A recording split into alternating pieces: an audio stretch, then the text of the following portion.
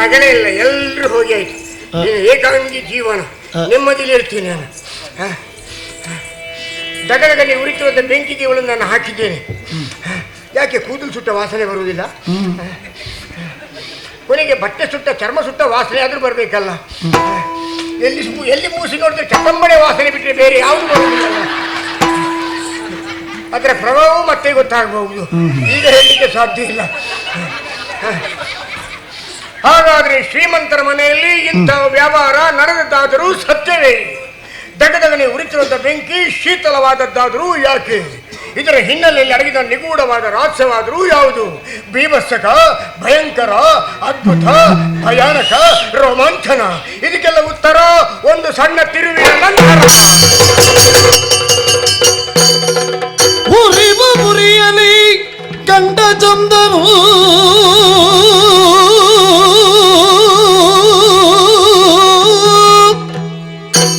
ಮೆರೆವ ಪೀತಾಂಬರ ಚತುರ್ಭುಜ ಕರದಿ ಶಂಖವು ಚಕ್ರ ಗದಿ ಪದ್ಮಾದಿರೇಖೆಯಲಿ ಅರಸಿ ಚಂದ್ರಾವಳಿಯೋ ಅರಸಿ ಚಂದ್ರಾವಳಿಯೋ ರಾಧಾ ತರುಣಿ ಸಗಿತ ಬಲದ ತೊಡೆಯಲಿ ಸರಸ ಪಾಡುತ್ತಲಿರಲು ವಿಸ್ಮಿತನಾದ ಅಡಿಗಡಿಗೆ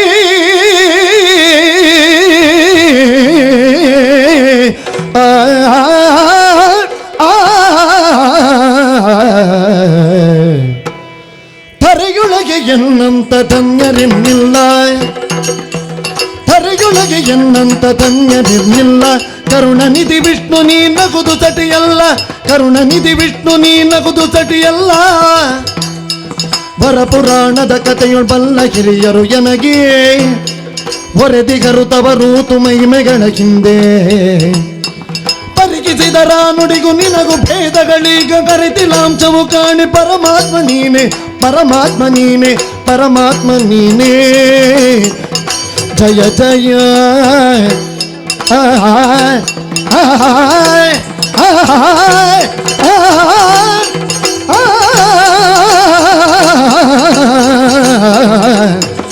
ಜಯ ಜಯ ಜಯ ಜಯ. ಎಲ್ಲ ದೃಶ್ಯವನ್ನು ನಾನು ಕಾಣ್ತಾ ಇದ್ದೇನೆ. ಅವರಿಬ್ಬರನ್ನು ನಾನು ಬೆಂಕಿಗೆ ಹಾಕಿದ್ದೇನೆ. ಒಬ್ಬಳು ಹಾರಿದ್ರು, ಮತ್ತೊಬ್ಬಳು ಸತ್ತೋದಳು. ಹಾಗಾದ್ರೆ ಅವರಿಬ್ಬರು ಇಲ್ಲಿ ನಿಂತಿದ್ದಾರೆ. ಕೋಟಿ ಸೂರ್ಯರು ಏಕಕಾಲದಲ್ಲಿ ಧರೆಗುಲಿಗೆ ಬಂದರು ಎನ್ನುವಂತೆ ಭಾಸವಾಗುತ್ತಿರುವಂತಹ ತೇಜೋಪುಂಜದಿಂದ ಕಂಗೊಳಿಸಿರುವಂತ ಇವನೆಯ ಕೃಷ್ಣ, ಇವನೆಯ ಶ್ರೀಹರಿ. ಯಾರನ್ನು ನಾನು ಬಾಲ್ಯದಲ್ಲಿ ದ್ವೇಷಿಸ್ತಾ ಬಂದಿದ್ದೇನೋ ಅವನು ತೆಗೆದಾಕಿದನು ಅಂತೇಳಿ, ಅವನು ಕಂಡ್ರೆ ಆಗುವುದಿಲ್ಲ ಅಂತೇಳಿ, ಅವನ ಹೆಸರು ಕೇಳಿದ್ರೆ ಆಗುವುದಿಲ್ಲ ಅಂತೇಳಿ ನಾನು ಶಪಥ ಮಾಡಿದ್ದು, ಅದೇ ಕೃಷ್ಣನೇ ಈಗ ಬರೆದಿರಿದೆ. ಹಾಗಾದ್ರೆ ಹೌದು, ನನ್ನ ಬೇರೆಯವರ, ನನ್ನ ಸ್ನೇಹಿತರ ಒಡನಾಟದಿಂದ ಕೃಷ್ಣನನ್ನು ದ್ವೇಷಾಗಿಯೇ ನಾನು ಕಂಡುಕೊಂಡವ. ಹಿರಿಯರು ಹೇಳಿದ್ರು ನಾನು ಕೇಳಲಿಲ್ಲ. ಹಾಗಾದ್ರೆ ಪರಮಾತ್ಮ ಇವನೇ ಎಂಬುದು ಈಗ ನನಗೆ ಅರ್ಥ ಆಗ್ತಾ ಇದೆ. ನನ್ನ ಹೆಟ್ಟತನಕ್ಕೆ ನಾನೇನಂತ ಹೇಳಲಿ? ಆದರೂ ನನಗೆ ಬದುಕು ಧನ್ಯವಾಯಿತು. ದರೆಯೊಳಗೆ ಎನ್ನಂತ ಧನ್ಯರಿಲ್ಲ.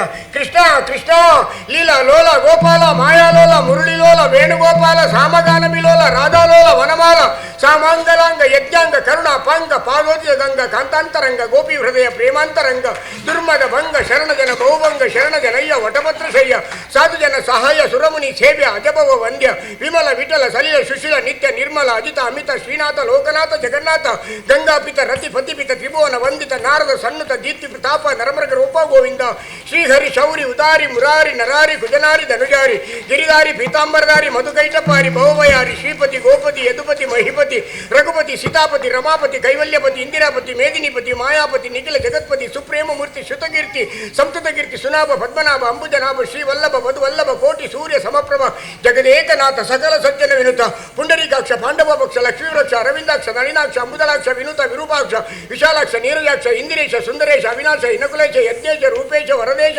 ಪಂಡರೀಶ ಕಮಲೇಶ ಅಮರೇಶ ದೇವೇಶ ವಿಕುಂಠೇಶ ಕೃಷ್ಣ ವಾಸುದೇವ ಮುಕುಂದ ಮುರಹರಿ ಪದ್ಮನಾಭ ಪಂಕಜವಲ್ಲಭ ಗರುಡಧ್ವಜ ನೀಲಾಂಬರ ಲಕ್ಷ್ಮೀಪತಿ ರಮಾರಮಣ ಕೋದಂಡರಾಮ ಶ್ರೀರಾಮಚಂದ್ರ ಶಂಕ ಚಕ್ರಧರ ಗರುಡ ವಾಹನ ನರಸಿಂಹರೂಪ ಅಚ್ಯುತಾನಂದ ಕೇಶವ ಹರಿಶನ ವೃಷಿಕೇಶ ನಾರಾಯಣ ನಿಗಮ ವಂದನೆ ನಿಗಮ ದೂರನೆ ನಿರ್ವಿಕಲ್ಪನೆ ನಿರ್ಲೇಪನೆ ಕಗ ಗಮನ ಕಮನೀಯ ಕಂಜದಲ ನಯನ ಹರೇ ಗೋವಿಂದ ಅನ್ನಿ ಗೋವಿಂದ ಶ್ರೀಮದ್ ರಮಾರಮಣ ಗೋವಿಂದ.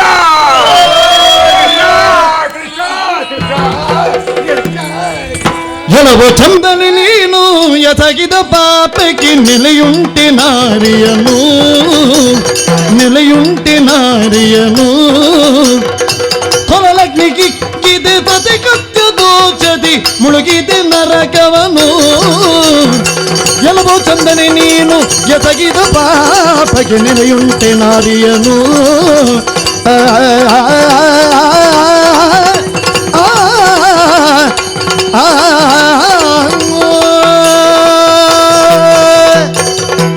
ಚಂದಗೋಪಲೆ, ನಿನ್ನ ಬದುಕಿನ ಉದ್ದಕ್ಕೂ ಕೃಷ್ಣನಾದ ನನ್ನನ್ನು ದ್ವೇಷ ಮಾಡ್ತಾ ನೀನು ಬೆಳೆಯುತ್ತಾ ಇದ್ದವ. ಹೌದು ಕೃಷ್ಣ. ಆದರೆ ಇಂದಿನ ದಿನ ಅಂತರಂಗದ ಕಣ್ಣನ್ನು ತೆರೆದು ನೋಡಿದಾಗ ಕೃಷ್ಣ ಏನು ಎಷ್ಟು ಎನ್ನುವ ಸತ್ಯ ದರ್ಶನ ನಿನ್ನ ಪಾಲಿಗಾದ ಕಾರಣ ನನ್ನ ಪಾದಗಳಿಗೆ ಎರಗಿ ಮಾಡಿದಂತಹ ನಿನ್ನ ತಪ್ಪಿನ ಅರಿವಾಗಿ ಚಿಂತೆಯನ್ನು ಪಡ್ತಾ ಇದ್ದಿ.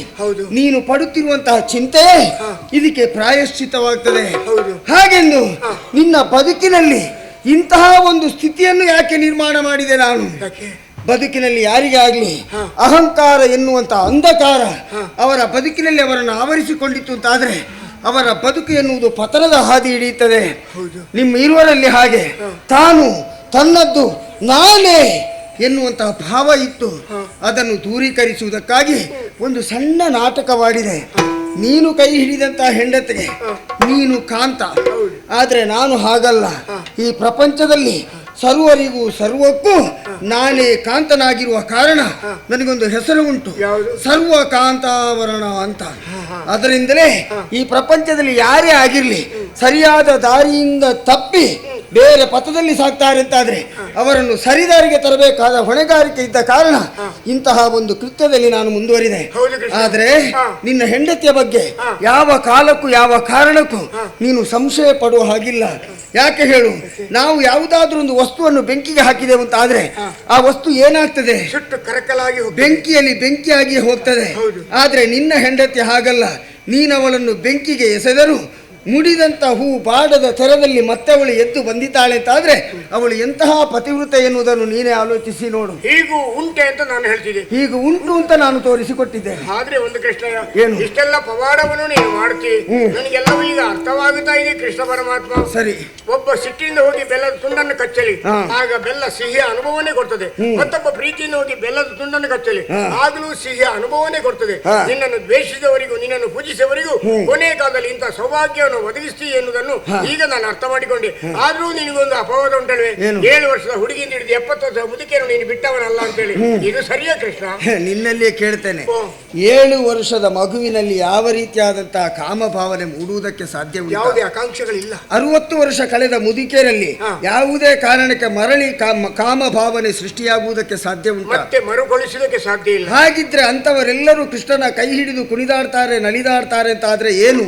ಅವರು ಕೃಷ್ಣನನ್ನು ಪ್ರಪಂಚವನ್ನು ಕಾಣುವಂತ ಈ ಅಕ್ಷಿಗಳಿಂದ ಕಂಡದ್ದಲ್ಲ, ಅಂತರಂಗದ ಅಕ್ಷಿಗಳಿಂದ ಕಂಡ ಕಾರಣ ಕೃಷ್ಣ ಏನು ಎನ್ನುವುದನ್ನು ಅರಿತುಕೊಂಡು ಕೃಷ್ಣನಲ್ಲೇ ಐಕ್ಯವಾದ ಕಾರಣ ಅವರೆಲ್ಲರೂ ನನ್ನನ್ನು ಸೇರಿಕೊಂಡಿದ್ದಾರೆ. ಯಾರು ಹೇಳ್ತಾರೆ, ಷಡ್ವೇರಿಯನ್ನು ತ್ಯಜಿಸಿ ಪಂಚೇಂದ್ರಿಯಗಳನ್ನು ಬಿಗಿಡಿದು ದೃಷ್ಟಿಯನ್ನು ನಾಸಿಕಾಗ್ರದಲ್ಲಿ ಕೇಂದ್ರೀಕರಿಸಿ ತಪಸ್ಸನ್ನು ಆಚರಿಸುವ ಮನು ಮುನಿಗಳಿಗೂ ನೀನು ಅಗೋಚರಂತೆ. ಅದರ ಮಧುರಂ ವದನಂ ಮಧುರಂ ನಯನಂ ಮಧುರಂ ಹಸಿತ ಮಧುರಂ ಮಧುರಾಧಿಪತಿ ರಕಿಲಂ ಮಧುರಂ ಅಂತೇಳಿ ನೀನು ಜನಸ್ತೋಮ ಕೊಂಡಾಡ್ತಾ ಇದ್ರು. ಅವರಿಗೆ ನಿನ್ನ ದಿವ್ಯ ದರ್ಶನ ಆಗುವುದಿಲ್ಲಂತೆ, ನನಗೆ ನಿನ್ನ ದಿವ್ಯ ದರ್ಶನ ಆಯ್ತಲ್ಲ ಕೃಷ್ಣ ಪರಮಾತ್ಮ? ಈಗ ಸಮಾಧಾನ ಆಯ್ತಲ್ಲ, ಪೂರ್ತಿ ಆಯ್ತಲ್ಲ ಈಗ? ಧನ್ಯನಾದ. ಇನ್ನು ಮುಂದೆ ಆದ್ರೂ ಒಳ್ಳೆ ರೀತಿಯಲ್ಲಿ ನಿಮ್ಮ ದಾಂಪತ್ಯ. ನಾನು ಒಂದು ಬದುಕಿನಲ್ಲಿ ತೀರ್ಮಾನ ಮಾಡಿದ್ದೇನೆ, ಕೃಷ್ಣ ಎಲ್ಲ ಹೆಣ್ಣು ಮಕ್ಕಳನ್ನು ಮೈ ಮುಟ್ಟುತ್ತಾನಂತೆ. ಹಾಗಾಗಿ ನಾನು ಇವಳ ಮೈಯನ್ನೇ ಮುಟ್ಟಲಿಲ್ಲ. ಒಂದ ಕೃಷ್ಣ ಒಂದ ನಾನೊಂದ ತೀರ್ಮಾನ ಆಗುವಲ್ಲಿವರೆಗೆ ಅವಳ ಸ್ಪರ್ಶ ಮಾಡುವುದಿಲ್ಲ ಎಂದು ಶಪಥವನ್ನು ಮಾಡಿದ್ದೇನೆ. ಯಾವಾಗ ನೀನು ಅವಳ ಕೈಯನ್ನು ಹಿಡಿಯುತ್ತಿದ್ಯೋ ಇದು ಕೃಷ್ಣಾರ್ಪಣ. ದೇವರಿಗೆ ಕಾಣಿಕೆ ಕೊಟ್ಟೆ ಅಂತಾದ್ರೆ ದೇವರು ಪ್ರಸಾದ ಕೊಡಬೇಕು. ಪ್ರಸಾದ ಸ್ವರೂಪವಾಗಿ ಅವಳನ್ನೇ ನಿನಗೆ ಮರಳಿತಿದ್ದ. ನೈವೇದ್ಯವನ್ನು ದೇವರು ತಿನ್ನುವುದಿಲ್ಲ, ಖಂಡಿತ ಅರ್ಪಿಸಿದವನೇ ಹಿಂದೆ ಕೊಡ್ತಾರೆ. ಧನ್ಯನಾದ ಕೃಷ್ಣ, ಧನ್ಯನಾದೆ. ಒಳ್ಳೆಯದಾಗಿ.